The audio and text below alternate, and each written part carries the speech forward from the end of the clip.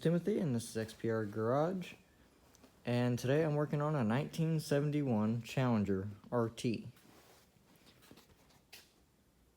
Pretty low mileage car, pretty good on rust, mainly around the window and a little bit on the roof. Other than that, floors are good. A couple little spots I need to patch in. Nothing bad. But right now I'm going to be working on redoing all this. So I'm going to try to do a time lapse so that way you guys can see what I'm doing.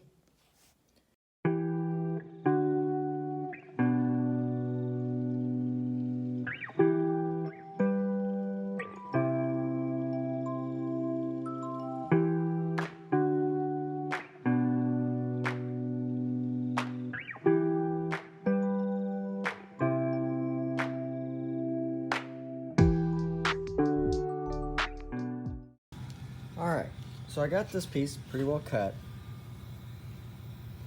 and I got it pretty well shaped, close enough with the equipment that I got. I'm going to there's a little dimple here, but right in there it dimples down. I'm just going to take a hammer and just kind of tap it down once I start getting it spot welded. This is going to be like a two-piece patch because I don't have anything to reshape it and then reshape that. So this will be kind of a two-piece patch. Right now I'm going to do this top piece and then get it welded in, pretty much done. Or at least spot welded in pretty good, and then I'm going to work on this bottom piece. And then I'll just kind of slowly start moving my way this way. You can see I got quite a bit of work in the part here. This will all have to be grinded back down. You can see a little bit that I've done over here. That was pretty much all rotted out. And it'll all get cleaned up and primered. I'm gonna let this paint dry and I'll start burning it in a little bit. I guess while I'm letting the paint dry, I can tell you a little bit about the car and show you a little bit more on it. The equipment that I'm using. And I've done most of this kind of a self-taught. Every once in a while I watch some YouTube and try to figure it out. You got a shrinker and stretcher. This makes it so much easier to do patch windows.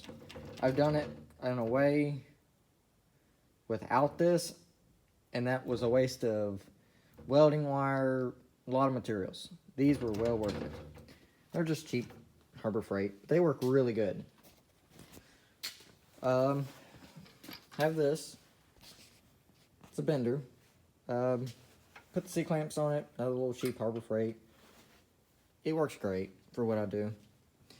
I will say, you need a good pair of biceps, especially when you want to do stuff in the middle and small stuff, because it usually will like to bow this up and you don't do your bend very well.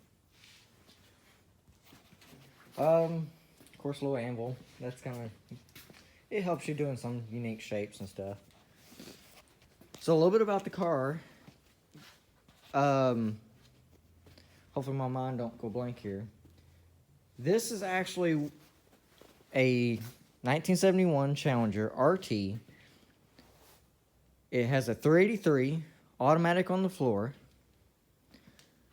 bucket seat, black and white interior, power windows, power brakes, power steering, front and rear sway bar. I don't know the code off my name, but it's that bright rally red, had the black stripes down the side, factory hardtop. It is a 2-fender tag car, pretty full of options. It is actually a low mileage car. I don't know the mileage off the top of my head. I don't have the dash down here at the shop. Pretty much all the metal is pretty much original. I mean, the trunk floor it's got some spots. The car's been painted before, and it was pretty much painted red once, and the guy didn't like that there was a couple dents that you could see in the door, so they re-primered it, and it's basically sat since then. I'm going to go back to the factory red, kind of keep it back to the way it was. I'm not going to put the factory wheels on it. I got some wheels I'm going to put on it. The tail panel, I believe these came with like an argent silver for the plates and stuff for your tail light housings. I'm going to paint them black because I like the way that looks with the tail lights. And probably with the same thing with the grill. The grills were an argent. It's probably going to be more black, but it's still going to have that argent trim on it. But the backing of the grill is going to be black. It's my little welder. It works pretty good on sheet metal. But I mean, the floors and everything are really good on this car. I don't have the original numbers matching 383. That was long gone. Transmission, that's long gone. I have a 383 that will go in it and a transmission somewhere once I figure out which one's a good one. The power windows do work. I've had to hotwire them to get them down because they were up, and I didn't want to scratch them or weld burn them or anything, so they're kind of protected in the door.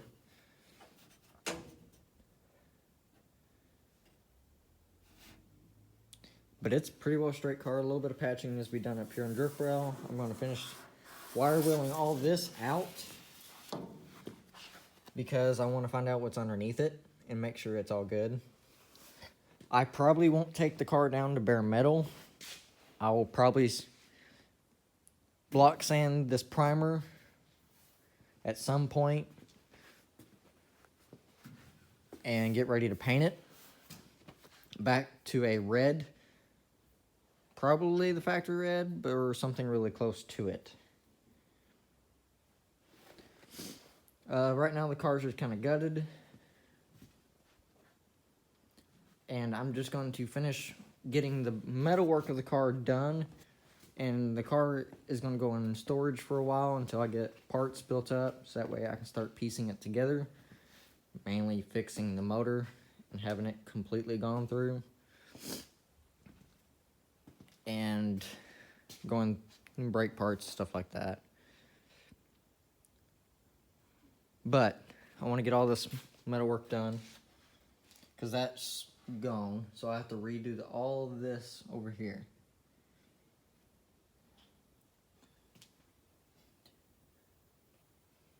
The sheet metal I'm using is a bunch of random stuff from pieces of cars. This is out of a truck I've been using. The truck floor pan. Been using these bits and pieces that I got left. Bits and pieces of cars that have been changed. This is a pretty good car. Fix it up while I can. Keep it as a real good street car, you know, put the AC and everything back, and it'd be a nice little daily driver. It's got 355 gear. I'll leave that in it. And just basically leave it as a stock build. Yeah, no, it's probably a rare car, but what's fun about a rare car if you can't drive it? This will be a daily driver. Most of my cars are daily drivers. They'll all get driven. That's the reason why I bought them. Alright, well, I'll let this paint finish tacking up and drying. We're just getting there. And I will continue on welding that all in. I like to do this. Spray it so that way at least you can get underneath it. And this has some paint. It makes it a little bit more difficult to weld. But I usually come back through here and clean up this whole edge here. Which I could tape it off, but it's just, I can just take a wire wheel and just zip it right off and be done.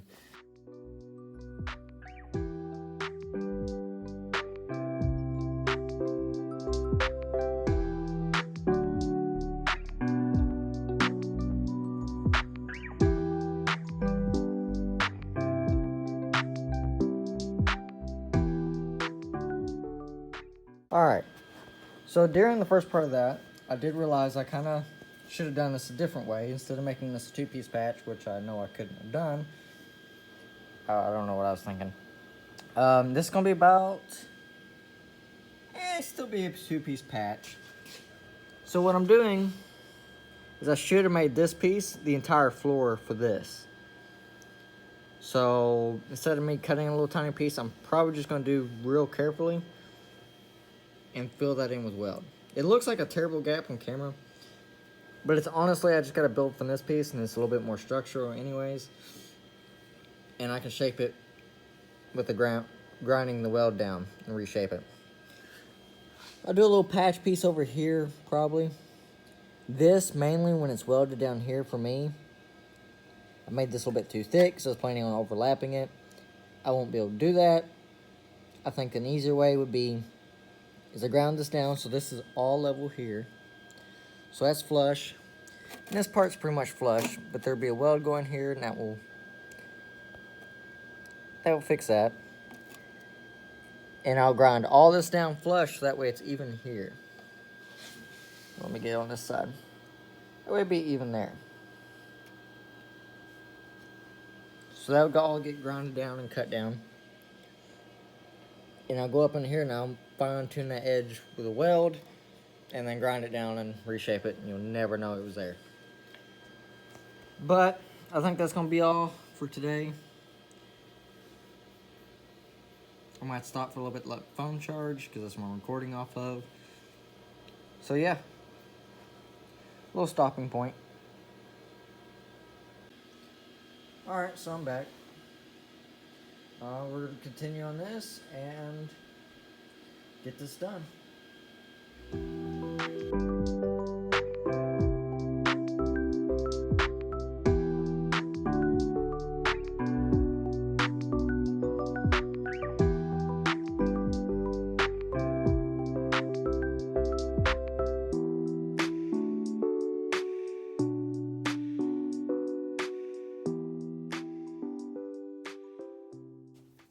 Alright, so I got it all welded up finally. Don't look too bad. Still got a little bit more welding to do and a little bit more grinding and shaping. But it's getting there. That's probably all I'm going to do for tonight. I'll probably start on it in next couple days. This video will be split up pretty good.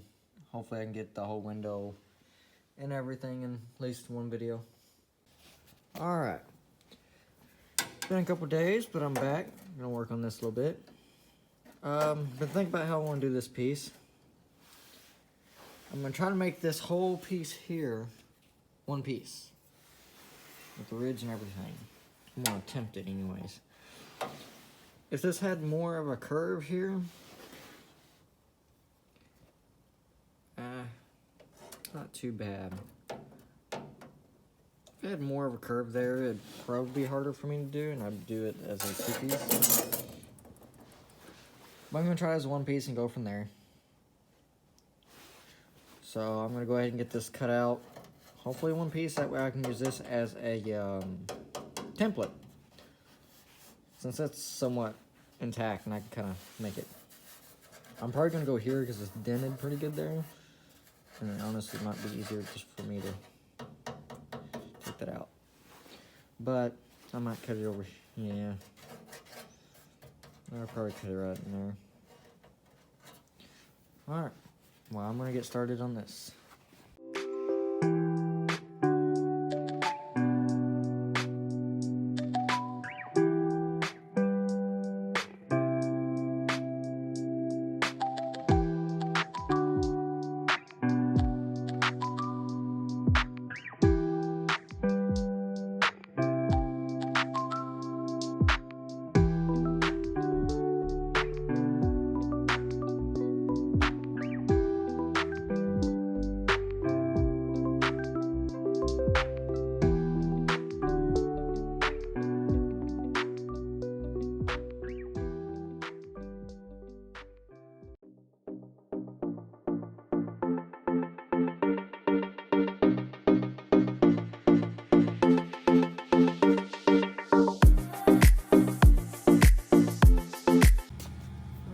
so I got that piece cut out. I was looking in there. There's a bunch of the seam filler here. It was all cracked up and a bunch of surplus rust under it. Basically, let me see if I can get you in there. Like that, right there. This is just going to collect water and make it rust out again. There's a little pinhole in there. Maybe you can see it. And it's real pitted in that. So I think what I'm going to have to do to that, let's see if I can get a better angle here. Yep, there come light. A little bit pitted and rusted. Gets a little bit worse over there. Gets a little bit worse over there. But it's not too bad. What I may end up doing to that is maybe use Pore 15. I've used a little bit of it before. It seemed to hold up pretty good. It'd be a little bit thick. I'll have to go in there and kind of spot weld some of them up, get it cleaned out good with a wire brush. That'd be good for this crown because I don't really want to take this whole thing off. So, because that's kind of a pain in the butt. Now this car is a little bit too good for me to do that. I'd rather just deal with the pain of hand brushing it and cleaning it as much as I can and pour 15 in it. They kind of seal it.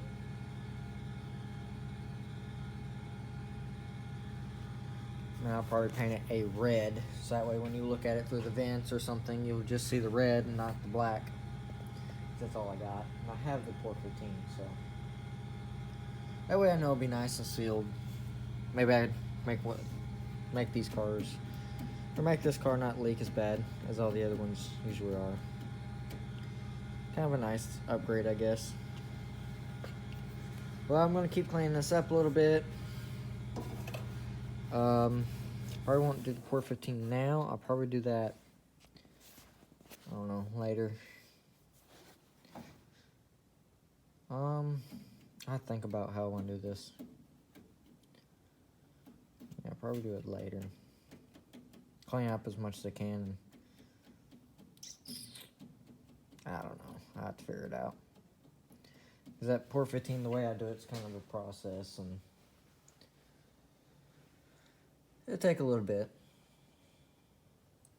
Alright. Well, I guess I'm going to keep continuing to try to at least make this patch, so that way I can do it and have it ready to go. Alright.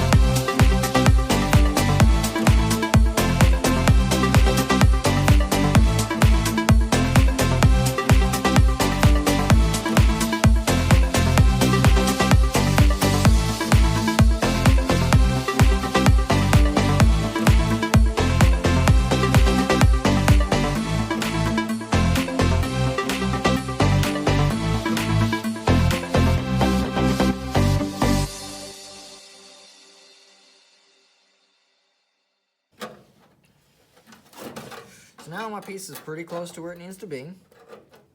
Not perfect, but it's close. So now I can work with it a little bit better. So I'm going to leave just a hair overlap there. Just in case I don't do my bend just right, I have a little bit of access space. Again, I left some room, hopefully I left enough for me to leave. So I know my bend starts right here. So I'm going to mark it on both sides. That's where my bend starts.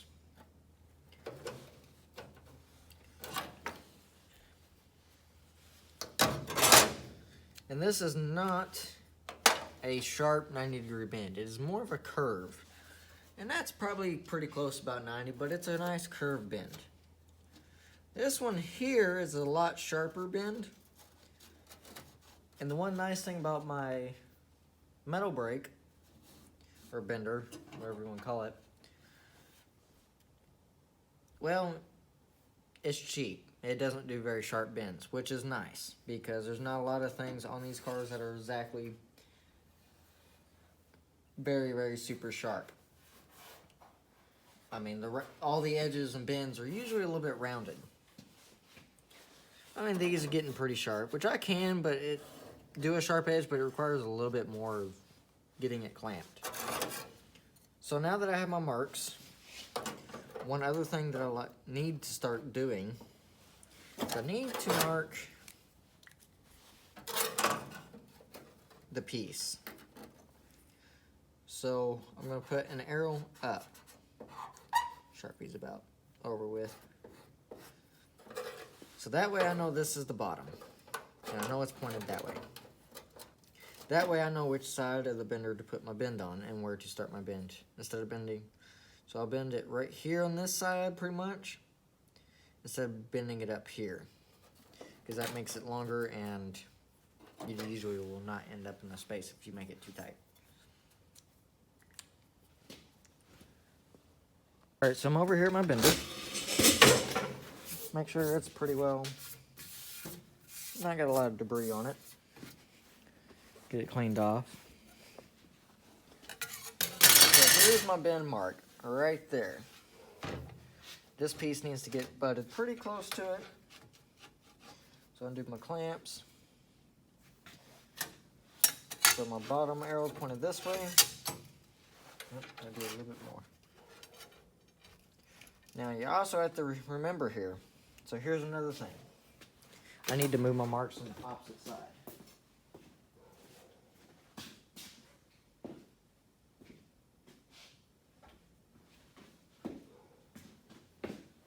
The reason is, I would prefer to have the red toward the inside of that piece. So I like this to be the back. And I need this, so if you think about the car sitting like this, I need this to be bent down. So in order to bend it down, turn it this way and it goes eek. When you put the piece back on, this will be bent down. So I need to go on this side. Going to transfer my marks.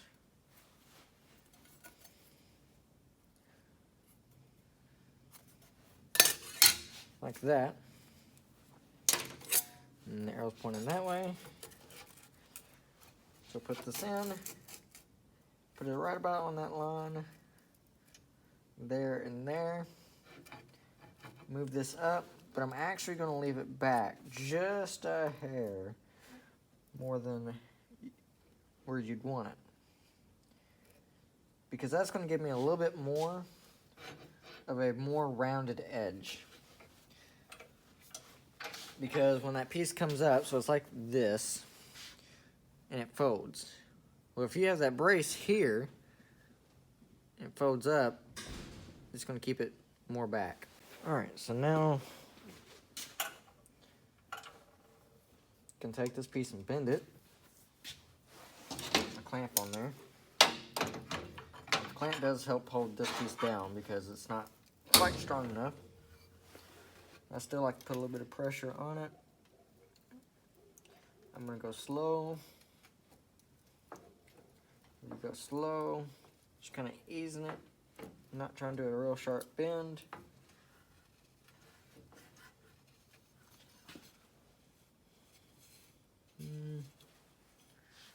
pretty good. I'd kind of like to put me a rod or something, just to kind of give it that little bit of more of a curve.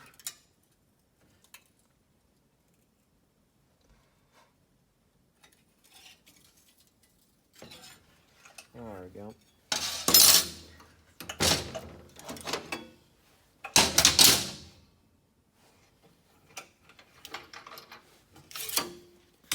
So it's got a pretty good curve in it, which is what I wanted.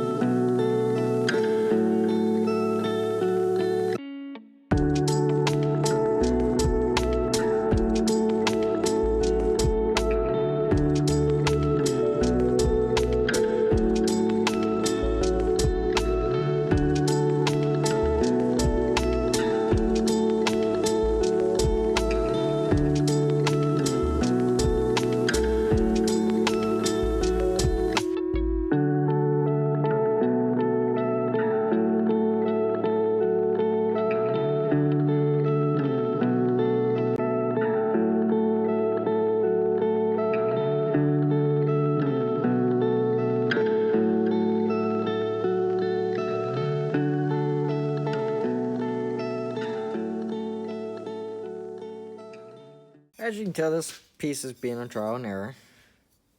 The bend was not quite, is actually a little bit too much, and I was trying to straighten it out and fix it, but I went too short now, so now, yeah. Got a good first bend, I believe.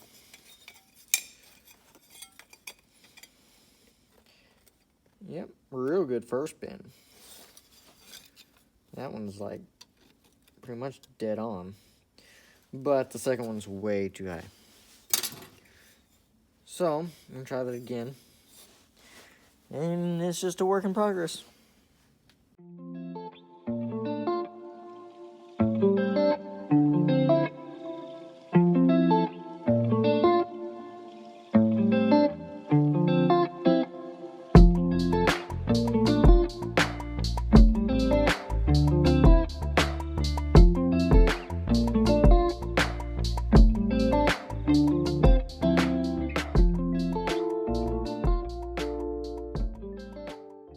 Alright, so I got it redone, and see if I can get a good angle with this piece. So I'm lining the two pieces up together at the ends. Pretty darn close. You want to do it this way? Yeah, it's opposite ends, but it gets me the angle. Yeah, it's not exactly completely perfect.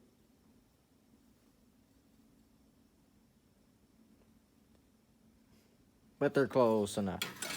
Alright, so we're back over here at the car. Got the piece here. I already told the piece is going to have to bend this way. So kind of, basically like a banana. I mean, it's just a little bit though. But now, as you see, I have a gap here. Oh well, should have left a little bit more excess on that. But that's not the worst thing in the world. Plus it's going to go down just a hair, so it's going to tighten up okay. But I need to get my marker. So I'm going to get this lined up. Basically what the marks I'm going to do, this really needs to sit just like in there, like that. I'm actually going to take a little bit out of the body because it's not a straight cut.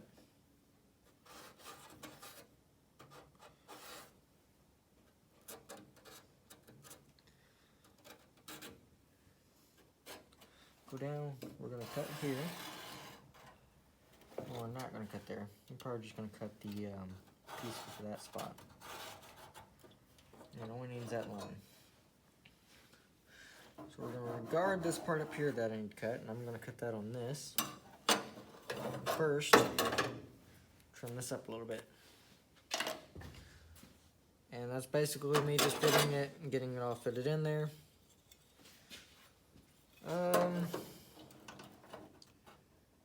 May try to put a slight bow on it, but I don't know how well that's going to be. Honestly, it doesn't look like it really needs it either. So we'll just go with the flow.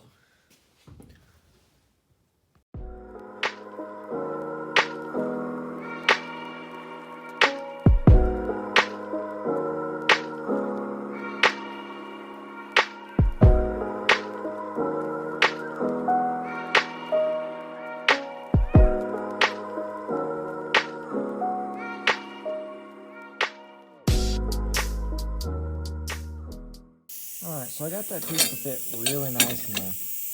I'm going to let this paint dry, and it is getting cold. So I'm probably going to call it a night.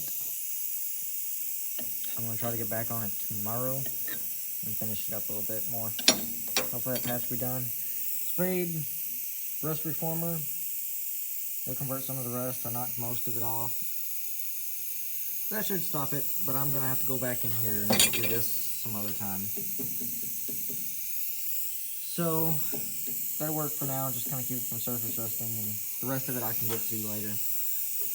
But I'll get this patch and everything on.